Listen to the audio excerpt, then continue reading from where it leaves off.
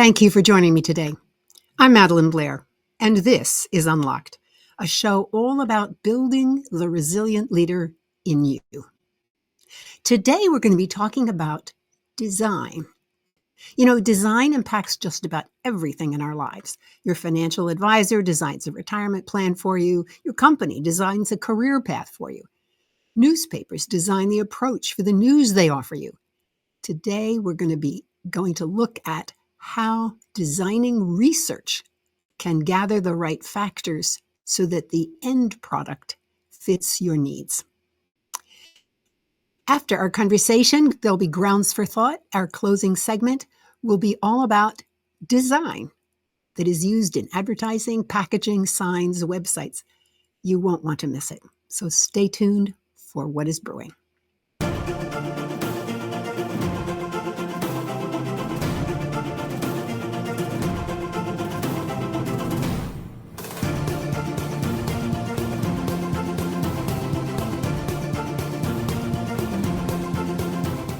Welcome back. I'm Madeline Blair, your host of Unlocked, where we are talking about design. Let's bring my guest on. Hello, Sheila. Hi, Madeline. Thanks for having me. Oh, thank you. Nice to be with you. Thank you. Likewise.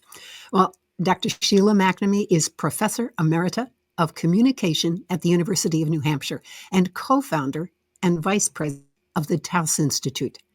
Her work is focused on dialogic transformation within a variety of social and institutional contexts, including psychotherapy, education, healthcare, organizations, and communities. She is author of several books and articles. Today, focus on her latest publication as co-author of the book Design Thinking and Social Construction. You know, before we go any further, I want to go back to that word dialogic, because those who listen to the show regularly have watched, now I've got to get her name in my mind, Dr. Nancy Dixon, who talked about dialogics and dialogue. So if you've heard that, you've already are 2 steps ahead. All right, let's go on with this. Coming back to Sheila, she understands what makes a powerful exploration of an issue, so we can all understand things better for our lives and our careers. And sometimes what we need isn't just the strength to enact change within ourselves, rather enacting change around us as well. Sheila, again, welcome to Unlocked. Thank you, Madeline. Great to be here. Listen, before we get into our formal conversation, I wanted to share with our audience another reason why I've invited you here. Now, Sheila and I have known each other for a little over 20 years. Can't believe that much time has gone by. I know. And when I joined the faculty at Columbia University, I was inspired by you and your teaching methods. Now, I recall you describing how you ask your students to show that they understood the subject matter of the course they were taking. So as I recall, you asked students to prepare a presentation to which they invited a member of the local community who had no particular knowledge of the course materials. The goal was for the student to present what he or she had learned so well that the member of the community understood the subject well enough to ask questions. Mm-hmm. Now, I may remember it wrong, Sheila, but I definitely remember how I incorporated the concept into my own teaching methods. I mean, I couldn't have them present their work with a community member in the audience, as my students were only visiting New York City, and their lives were someplace else. But what I could do was incorporate the concept of turning lessons into plain, everyday English, regardless of how complex the concepts were. And that simple shift was a challenge to students who are accustomed to talking with colleagues or others well-versed in their fields of business. So I loved how it opened them up and me up to learning at an entirely different level. So thank you. Yeah, thank you for that. I miss those days of doing that. It was really fun, and also a little bit of subterfuge, because we were spreading the word about what we were talking about to people who hadn't even registered for the course. So it was fun. Yeah. No, I thought it was just a brilliant idea, and obviously. All right. Well, today we're also going to be talking about a very complex topic, but I know that you will bring it to plain English as well. Uh, the work of your book is about research, but let's begin with why the researcher is a change agent. Yes. So this book, Design Thinking and Social Construction, and I think the subtitle is Innovations in Research, something like that. Well, let's show that real quick on screen. There it A is. practical guide to innovative research, innovation in research. Okay. Yeah. Thank you. So the goal here is to kind of shatter the longstanding belief that research is something that scientists do, or academics who call themselves scientists, social scientists even, and to look at research not as a process of discovering what's already there in the world, but a process of actually creating what could be or what will come to be. So that in that regard, then we can see the researcher as a change agent, the researcher deciding what he or she wants to study or being called to study some phenomenon within a community or an organization, let's say. And the researcher now is, from our perspective, is no longer discovering what's going on in that organization, but is actually co-creating with the participants ways of going forward. So that is a change process. The other thing that has always struck me in my career is when I have written a allegedly academic research article, I've had critics, reviewers say, this isn't research, this is consultation. And so all the more reason for me to want to make this argument that research is about change. It's not simply about some static notion of, oh, there's X, Y, and Z over there. And if we just ask the right questions, we'll get the answer. And then we can move forward with our lives. And so the researcher really, it also adds a humanizing element to what we do as researchers, and also makes it accessible to everyone, not just the scientists. Yeah. I really want to focus on that word static. So often we think when we have researched something and here are the numbers as if they're standing still and they'll never change. Yeah. When in fact everything is in flux. Right. Today we're more and more aware of that. And so the research has to acknowledge the fact that it is an interaction. Exactly. And I remember I always had my students read this fascinating article about where a statistician actually showed that depending on how they manipulate the numbers, you get completely different results. And he was studying, do managers make increasingly more money than the people they manage, and had all these graphs and charts. But depending on the way the numbers were presented, you had huge gaps or tiny gaps, or the workers making, and so numbers, we tend to treat numbers as if they are, as you say, static, that's just what's there. But numbers are simply another language. That's right. And they can be manipulated and used in a variety of ways. Yeah. I'd never venture into politics on this show because it's just not worth it. Yeah, right. But I think at this moment, it's worth mentioning this aspect of this constant surveying and polling and how ephemeral this is. Yeah. Well, yeah, go on. And open to manipulation. Yes. And I mean, for example, one of the mantras that I use all the time is, the questions we ask bring forth the answers we get. And when you think about political polling, those answers, those questions rather, are frozen. Everybody gets asked the same question. And oftentimes it's a forced choice. Yes. Strongly agree, somewhat agree, and so everybody's glommed into some channel there. That's right. And that's why in the work that Celiani and I have done in this book, questions become so critical because there are so many different ways to ask questions and so many different questions to ask. That was actually going to be my next question of you, which has to do with the fact that whenever I worked with a consultant, for example, and we would say, okay, this is the issue. It was when they asked questions about the issue, forcing us to think more broadly. That's like, okay, this is a consultant worth continuing on with. Yeah.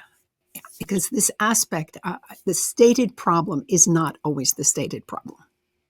No, in fact, so as we have integrated the philosophical perspective of social construction, which I can talk about, with design thinking to come up with a way of thinking about research. Um, Really, one of the several strong notions emerge. One is collaboration, and another is expanding, sort of the domain of access. So if you're studying an organization, um, you would probably want to talk with everybody or a representative of everyone in the organization, because there are multiple points of view of what is the problem here. For some, it's not a problem. For others, it's a serious problem.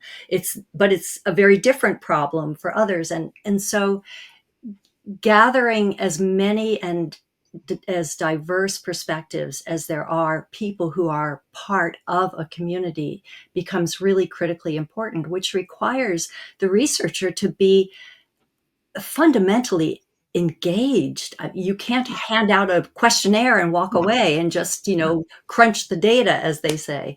Mm-hmm. So it really is it's a set of relationships that you're establishing when you're working with a community, and also who you think that community is. You have to question that.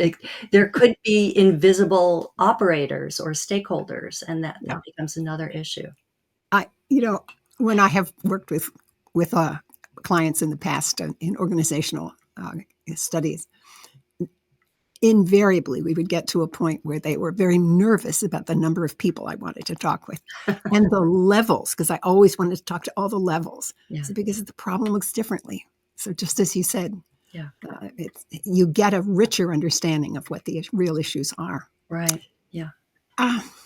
So how this is really about getting to know the system itself.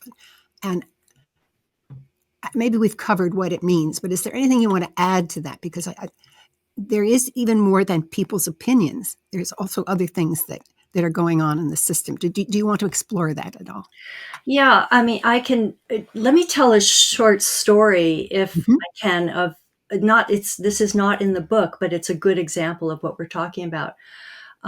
Many years ago, I was asked to work with a department at a private, prestigious high school, because they had had 20 years of internal battles. You were either on this side or that side, and new faculty members would get co-opted into one side immediately. And this had been going on for 20 years. But the main thing was that the administration required all the departments at the school to revise their curriculum. So the dean and the chair both thought this was a good opportunity, under the guise of, revamping the curriculum, for me to come in and work with them. And as I insisted that I meet with them, not just be announced that I was going to do this, and the whole thing was going to take place in a retreat over a weekend.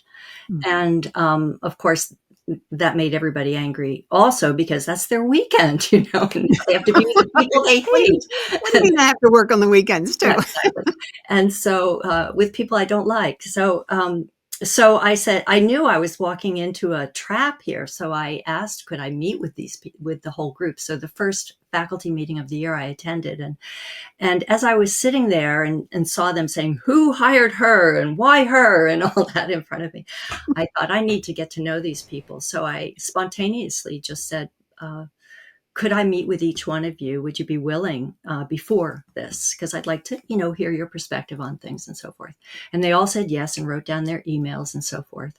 And then as I was driving home, I thought, boy, if somebody came into my academic department and asked the same thing, I'd be I'd be suspicious. What does she want to know? What does she want to talk to us about?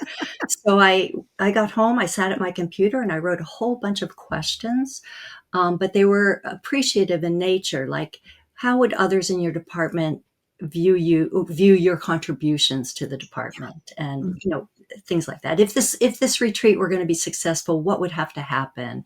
Ah, And then I met with everybody one-on-one. So there's a lot more to this story. I won't go into it, but the point is that level of engagement is so different than the engagement of a traditional researcher. It takes time, just like consulting takes time mm, and yeah. facilitating takes time. But it pays off in the end because you open doors for possibilities rather than taking this problem approach and just trying to figure out what Mm. the solution is to the problem. A couple of things come to mind. One is one time I was using precisely what you're talking about. Let's go after what really seems to be working here, that what they're really proud of. What's so that you're not raising issues, you're reminding them of what really works. And I remember one manager turning to me and he says, "But you haven't gotten to the problem, Madeline." I get that all the time as well. And I'm thinking, "Oh, you don't understand. There's many things going on. I can see the gaps, etc." Yeah. Well, another aspect of asking questions is also the language that's used in creating the questions. When we talked about positive things, is language important to formulating the question? Yes, well, from my philosophical perspective of social construction, language is critically important.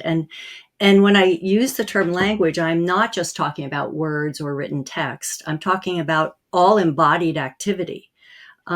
So from a traditional point of view, we focus on the individual and we focus on what motivates the individual and what their traits are and their personality, things like that. From a constructionist point of view, that we have combed into this way of looking at research, we're really looking at the best way I can think about talking about language is what people do together and what they're doing creates or makes.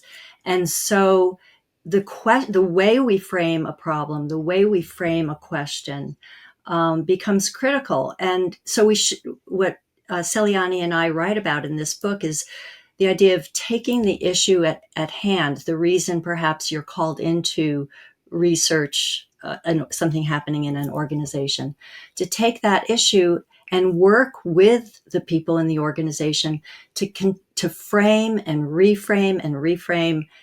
There's no right frame for it, but to come up with something that seems to open doors. So the example we give in the book is talking about food waste. If you want to research food waste, um, it's like there's a lot of blame going on there. You can point to all, the ways in which food is wasted in the distribution, in the selling, in restaurants, and grocery stores, and all sorts of food waste. But if you reframe that to food sharing, how do we share food?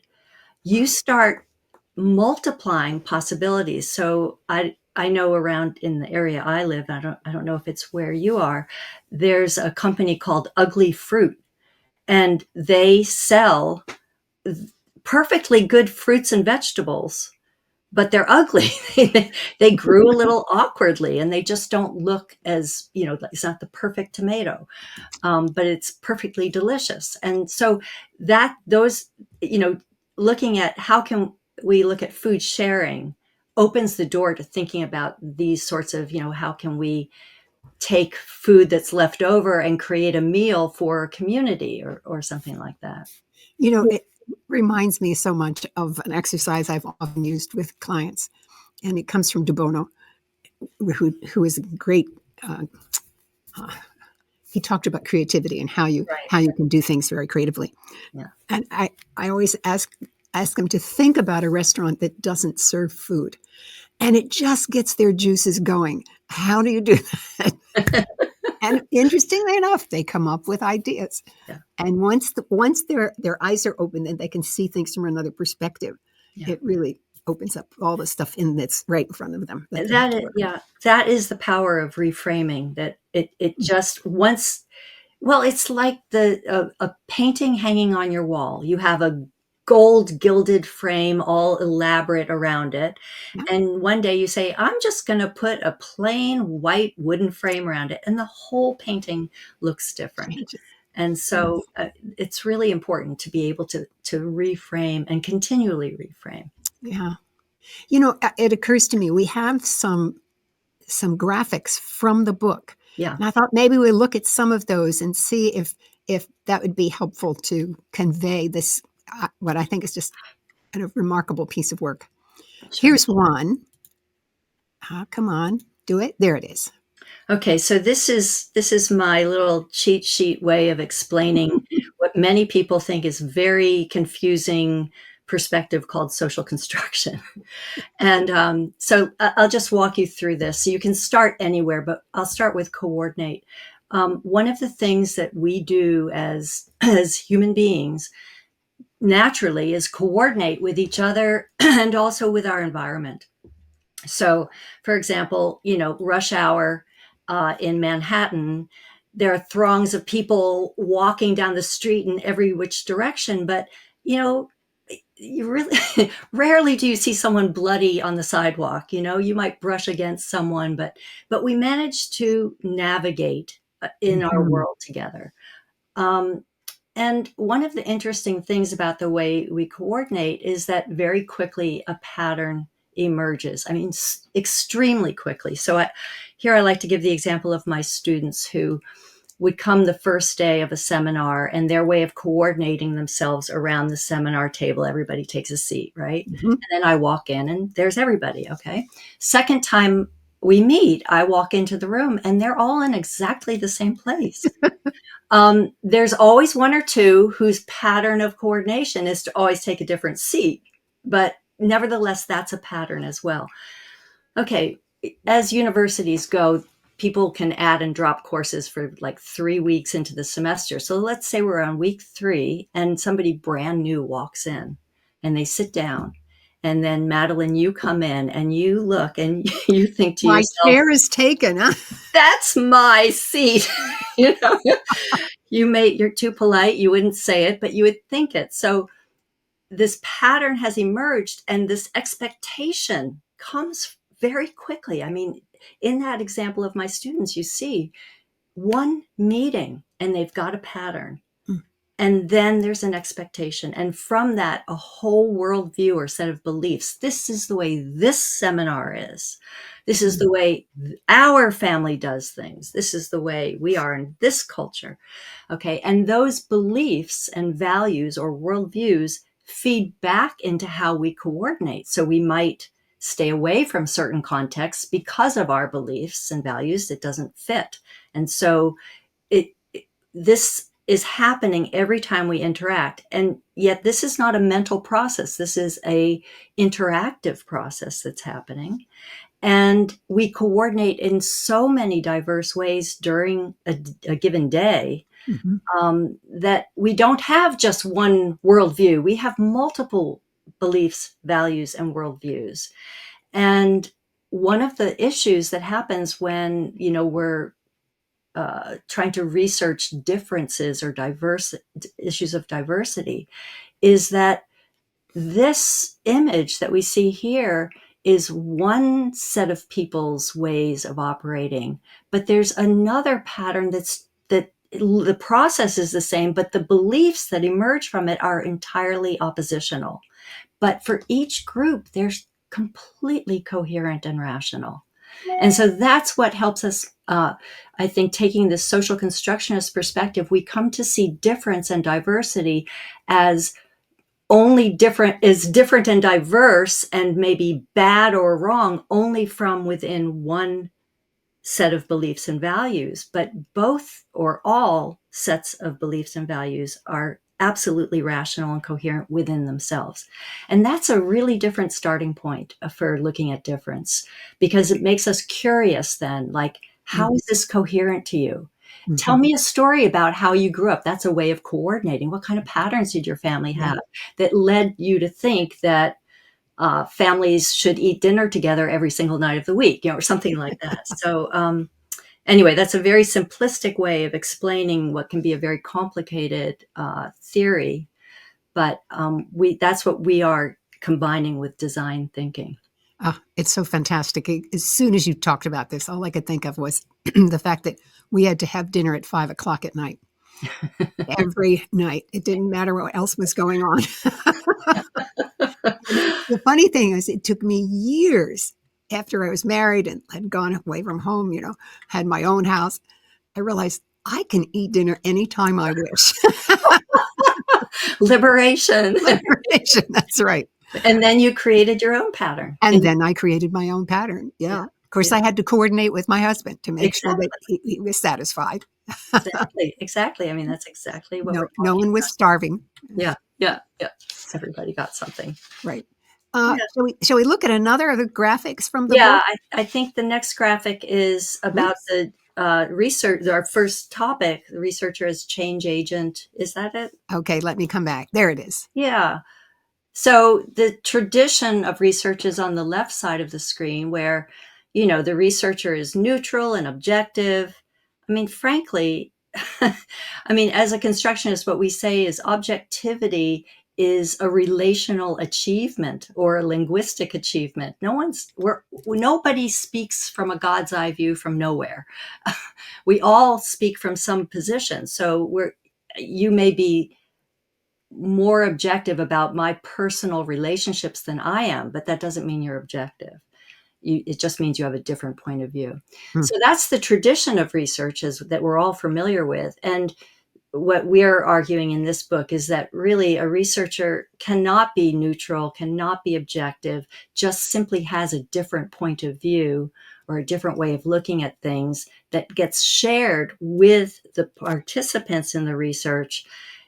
And together they collaboratively co-create new meaning and new ways of understanding the phenomenon that's being examined. So in that way, a researcher is part of the change process.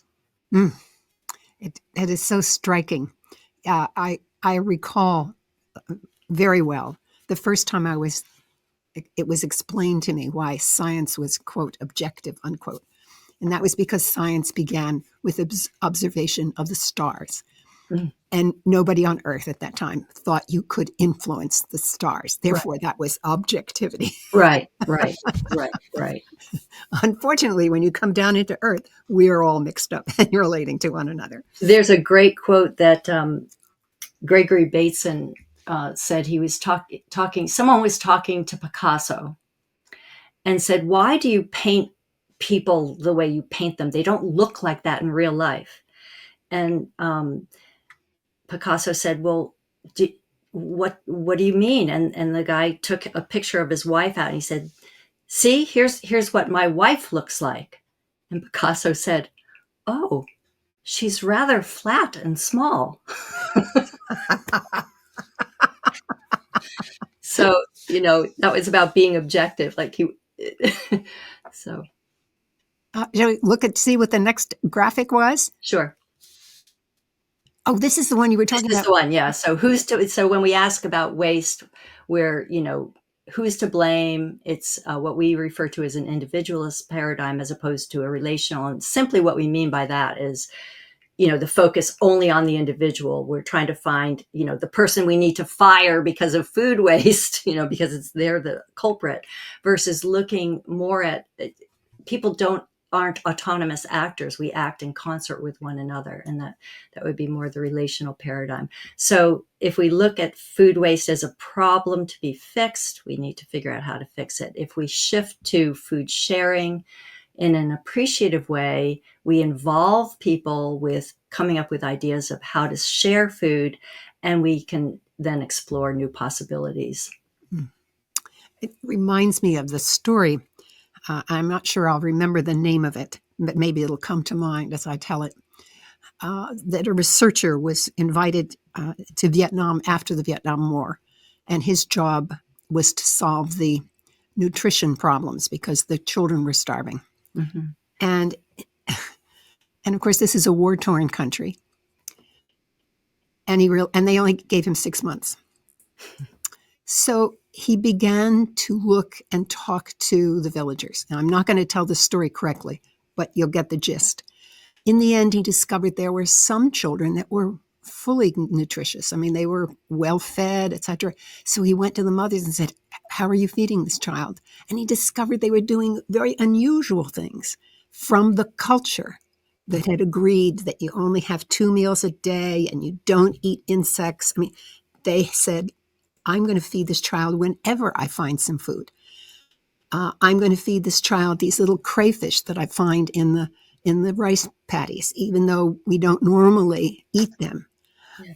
And those practices of these mothers became the solution to the Vietnam problem, of the nutrition problem. And in 6 months, they really had begun to change that whole system. But it comes back precisely to what you're talking about.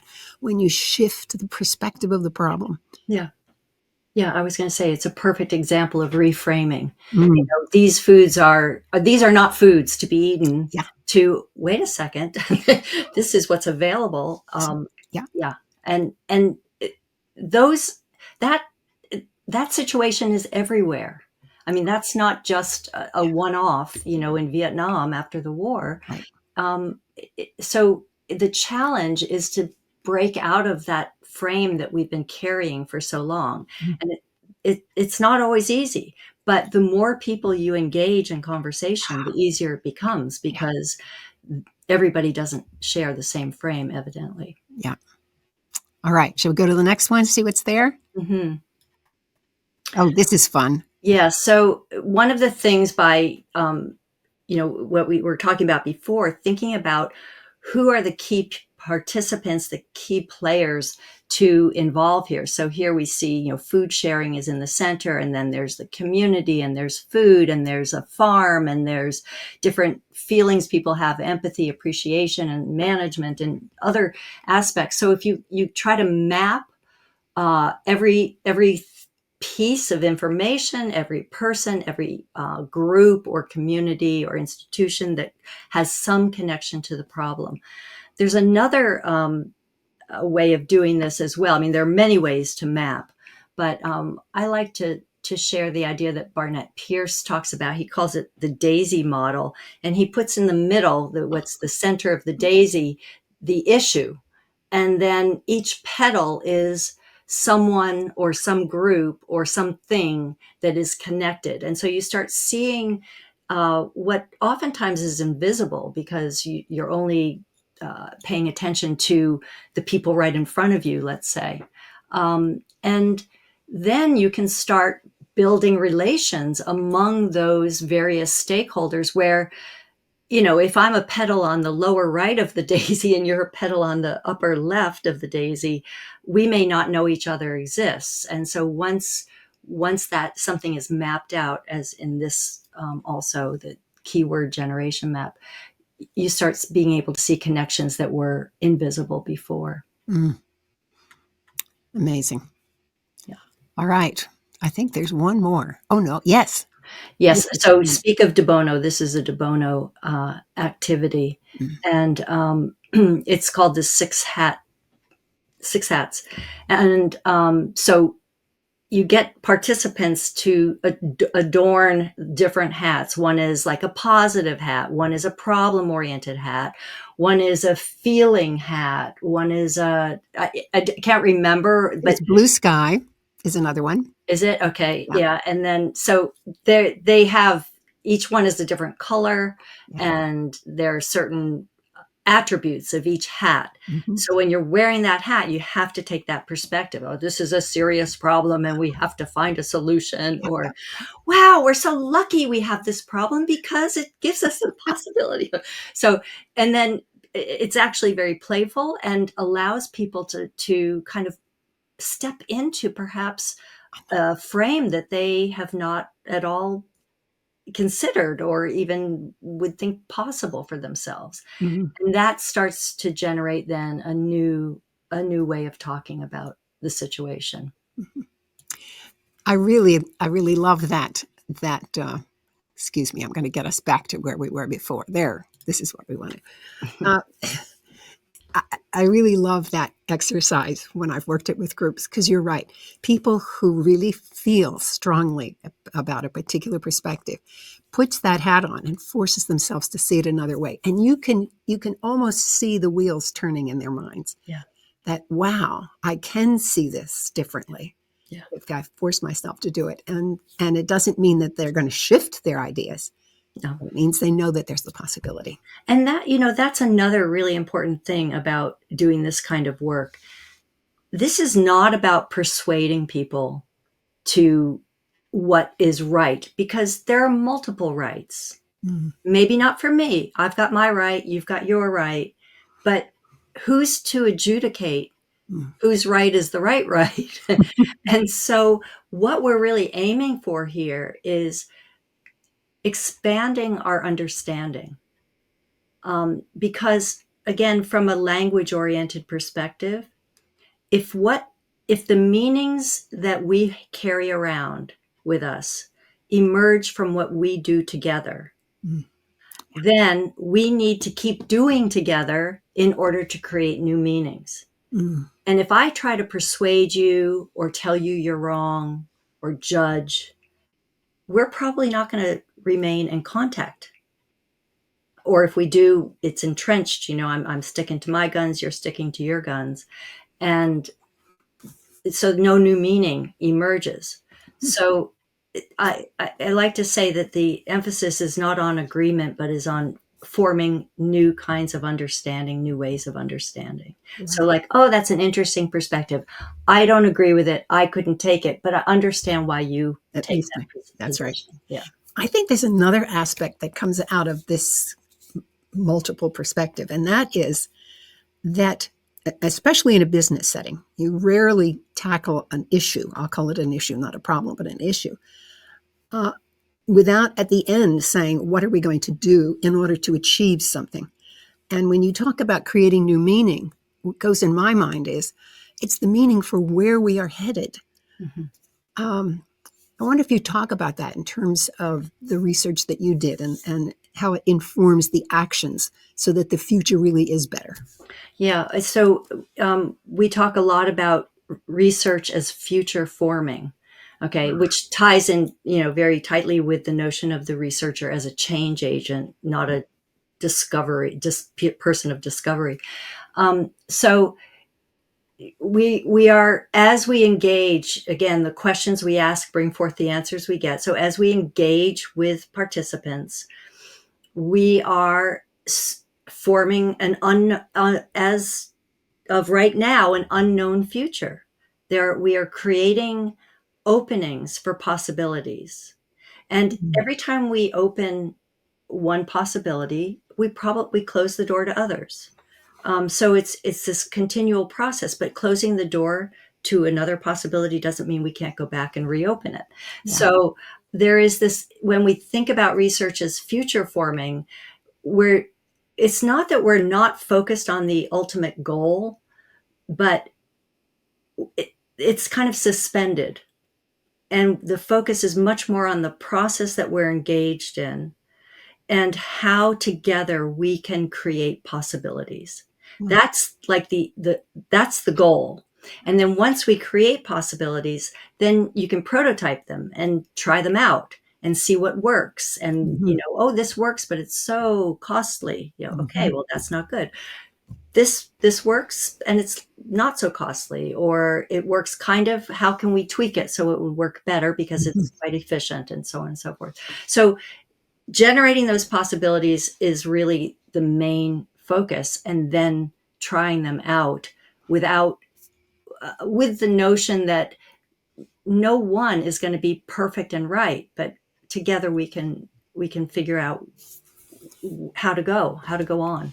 In a way, it's sort of like you've built the possibility, therefore you know all the forming of it. So therefore, if you need to adjust it, you know exactly what to tweak. Yes. I'll tell you what this reminds me of.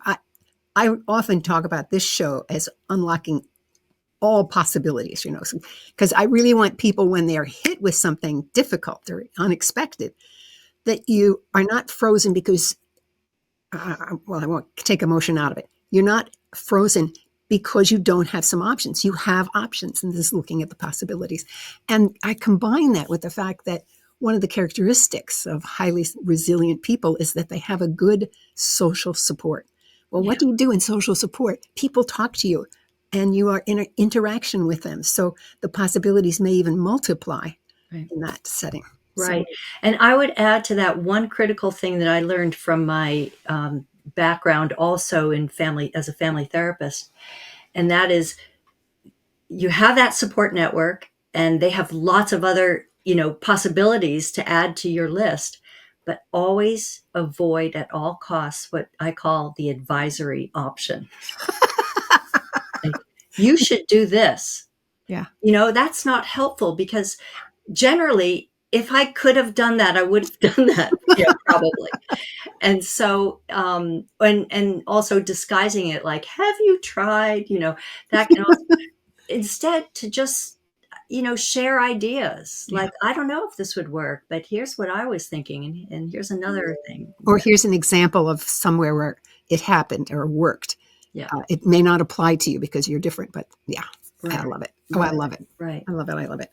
Well, I can't believe we have almost filled all our time, but I wanted to give you an opportunity to talk a little bit about the Taos Institute Mm. because we've talked about social constructionism here, and I hope we've done it in plain English because I think we have. Talk a little bit about what the intent is there and why people might be interested in pursuing. Yes, thanks for the opportunity to talk about it. The Taos Institute is a nonprofit organization. We have been around for almost 31 years now, um, uh, with the main purpose of bringing social constructionist theory and practice to the world. I mean, to scholars and practitioners. So we do have a lot of academic people affiliated with us, but we also have a huge community. It's an international, global community of people who are practitioners in a variety of fields, consultants, therapists, healthcare providers, educators, government officials. Hard to think of a profession that isn't represented. And so the idea is really shifting from this focus on the individual and the individuals being responsible for all that happens, or believing that you need to get into their mindset and their psyche to figure out why people do what they do, to really looking at this relational how we create the world in what we do together. Again, just a reference back to my image of coordinating, like that's the basis, that we come together and we create things together. Mm. And sometimes what we create together other people don't like, and so but there's multiple beliefs, multiple worldviews, multiple truths, and so forth. So that's the Taos Institute. We publish books, we have conferences and workshops, but most important, I think, is that we have a place called the Commons, the Taos Institute Commons, and people are free to join. And we have dialogues with the authors, people who've written books. We have Taos conversations. Just somebody has a topic they want to talk about, like what's happening in the Middle East now, talking about how to bring these ideas to that topic. All sorts of things happening, videos available, lots of resources. So I invite anyone and everyone to look up the Taos Commons, Taos Institute Commons, and play around and join and participate. Almost everything is free. There are some workshops that you pay for, but mostly everything is free. And I will promise that on the posting of this video, excuse me, to YouTube, we will make sure that the Taos Institute URL is there. So when people are curious, they can take a Thank you. go to it. You're welcome. Well, Sheila, this has been a fabulous conversation. And I really so appreciate the fact that you have come to talk about this book that you and Celiana have written. Yeah, thank you. Thanks for the opportunity. It's too bad Celiani couldn't be with us, but Yes. You can catch her on another conversation. I'll catch her on another one. Great. Yeah. Thank you again. Thank you. Thanks so much. You're welcome. Every now and then, there is something that changes how I think about the world. Grounds for Thought is a place where I talk about these moments so that you can explore the meaning for yourself. We've been talking today about design of research, and there are other kinds of design. The book I'm going to talk about is Design of Graphics, as used in advertising, packaging, posters, and anything that is done in 2 dimensions to convey a message. Now, this book stopped me in my tracks. I set aside work and the to-do list, and I just read it, start to finish. The book is short, and it was filled with images, but it was the topic and the quality of the writing, as well as the illustrations, that said, "Read me right now." The book is called Thoughts on Design by Paul Rand. I was holding a 3rd edition in my hands. That should give you a hint about its overall value. Published originally in 1947, it has retained its value over the years. Rand is most often quoted for saying that the illustration is not good design if it is irrelevant. But I prefer another of Rand's quotations that says, "The illustration is not good design if it does not cooperate as an instrument in the service of communication." What struck me was that Rand spoke of the illustration communicating. As an artist, avocational only, I look at graphics and I ask myself, what is it saying to me? It's one thing to be attracted by an exciting graphic design or flashy colors, but it is another to see the message that is supposed to be reinforced. I think this is why I had to read further. Then he talks about several aspects of good design. The first one that really surprised me was humor. I never thought about a graphic being humorous. I mean, okay, comics are supposed to be humorous, but that's not quite the same. I'm talking about just the graphic without the balloons. For example, in his book, hiding part of the image behind cutouts of the foreground invites the reader to imagine what is behind. That can be surprising and quite funny, as well as intriguing. But what really caught my eyes was when he described and showed graphics that include repetition. The same set of letters marching across the page, or a repeated photo of an object from different angles. I always thought that was a lazy way to fill a space. But now I understood that repetition creates what Rand calls the emotional force generated by the repetition of words or pictures, and the visual possibilities as a means of creating texture, movement, rhythm, indicating equivalences for time and space, should be minimized, unquote. That's a long quotation written for a reader. So I'll put it, and again, pulling it apart. The emotional force generated by repetition of words or pictures should not be minimized. Repetition itself creates texture, movement, rhythm, indicating equivalences of time and space. These create emotions in the reader, and emotions lead to action, which should be the intent of any communication. There are other principles, but for me, I was caught by how to incite humor through partial images and what to cause emotion through repetition. Those 2 principles have changed the way I view the design of an advertisement, a logo, a magazine, or a book cover, or anything where someone is trying to say something through a 2-dimensional image. As you think about this, what might you consider when you look at an illustration or a book cover or a graphic? Be surprised at what more it will say to you. Paul Rand's book turns out to be a classic, Thoughts on Design by Paul Rand. Thank you for joining me today. I hope you've enjoyed the conversation and learned something new. If you would like to explore what it means to turbocharge your resilient leader, that one that's inside you, schedule a conversation with me by going to my website, madelineblair.com, to schedule one directly. And if you're on YouTube, click the like button. And if you haven't done so already, please subscribe. I'm Madeline Blair, wishing you infinite possibilities as you unlock your resilient leader.